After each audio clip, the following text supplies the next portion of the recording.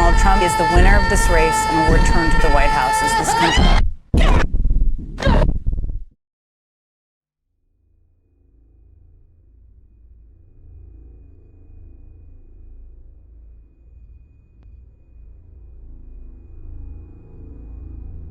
Looking at the horizon, there seems to be a hideous storm coming. A storm that will leave many for a deep longing for it to pass before its unforgiving nature takes them.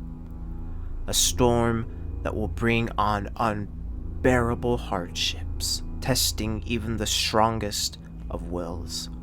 A force of nature that will soak the ground with tears, sowed by those who suffer. In times like these, the thought of giving up can begin to seep into one's subconscious. You've lost, abandoned all hope. Let yourself sink. Let yourself go. Let yourself die. Amongst my disappointment and disparity of what is to come, I was reminded of a movie I saw earlier this year, The Revenant. It took me around 9 years to finally get around to watching The Revenant, and I'm grateful to have experienced such a beautiful film. One thing that made the film so beautiful was its portrayal of human endurance, the indomitable human spirit. The main protagonist captures perfectly this ability to overcome all adversity just to survive. A great parallel to discuss, but I would like to focus on 2 points of dialogue which will hopefully give you a boost of motivation to push on. In the beginning of The Revenant, we hear Hugh Glass talking to his son while we see images of their lives leading up to the moment of disaster. Hugh pleads with his son to keep on living while the injuries on his young body may prove to be lethal. As long as you can grab a breath, you fight.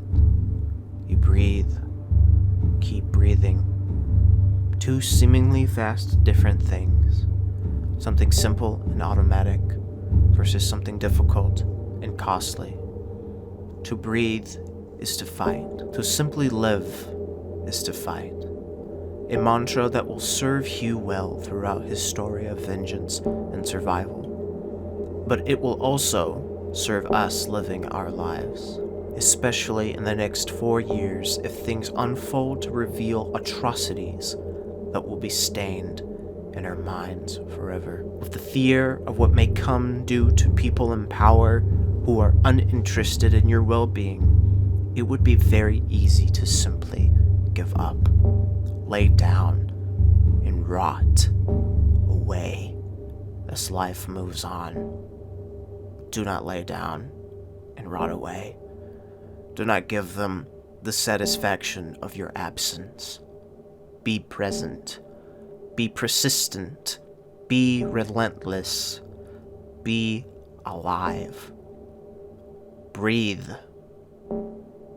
Continue the fight for yourself and your comrades. Do not allow the temptation of an easy end to dissuade you from crawling through the heavy slog that will be flung upon you.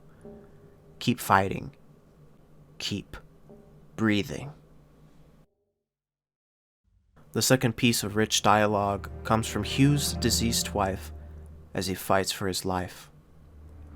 When there is a storm and you stand in front of a tree, if you look at its branches, you'll swear it will fall. But if you watch its trunk, you will see its stability. Wise words which helped Hugh survive. Hugh's metaphorical tree had its branches waving in the storm violently.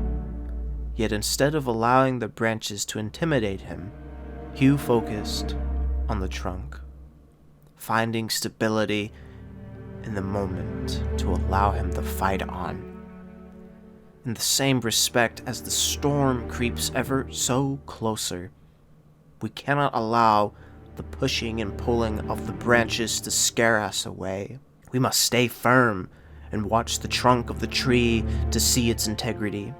News of doom and gloom will for sure create a narrative of fear, but we cannot allow it to make us buckle.